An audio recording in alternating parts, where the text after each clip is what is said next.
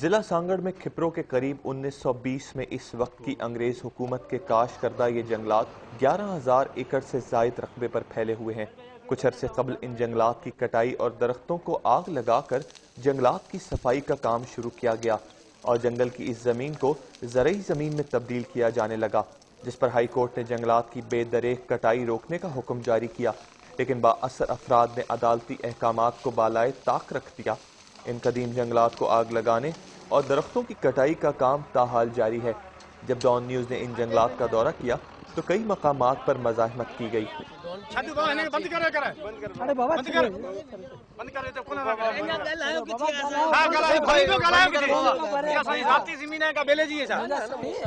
District forest officer کا کہنا ہے کہ یہ زمین لیز پر دے دی گئی ہے اور یہی وجہ ہے کہ درختوں کو جلایا اور کاٹا جا رہا ہے۔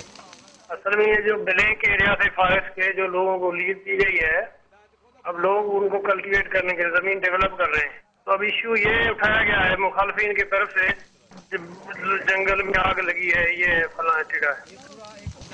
اور جب انہیں عدالتی احکامات یاد دلائے گئے تو ان کے پاس اس بات کا کوئی مناسب جواب نہ تھا۔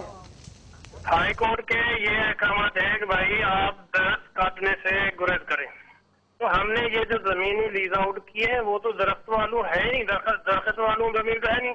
ڈسٹرکٹ فارسٹ آفیسر نے یہ کہہ کر تو جان چھڑا لی، مگر حقیقت اس کے برعکس ہے اور جنگل میں درختوں کی کٹائی کر کے انہیں صاف کرنے کا کام جاری ہے۔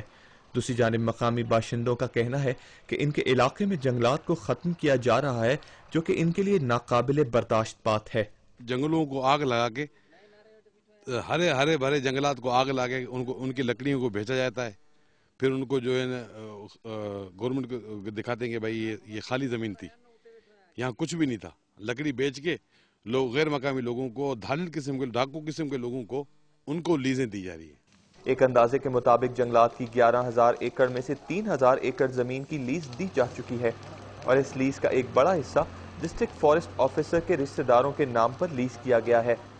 1,000 ایکڑ سے زائد جنگلات میں کٹائی کا کام مکمل ہو گیا ہے اور تقریباً 1,500 ایکڑ رقبے پر جنگلات کی کٹائی جاری ہے۔ ہائی کورٹ کے احکامات کو نظر انداز کر کے سندھ کے جنگلات کو زرعی زمین میں تبدیل کرنے کا کام تیزی سے جاری ہے۔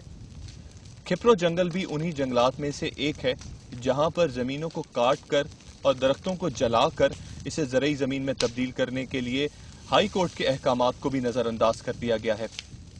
عبدالقادر صابری، ڈان نیوز، ضلع سانگڑ۔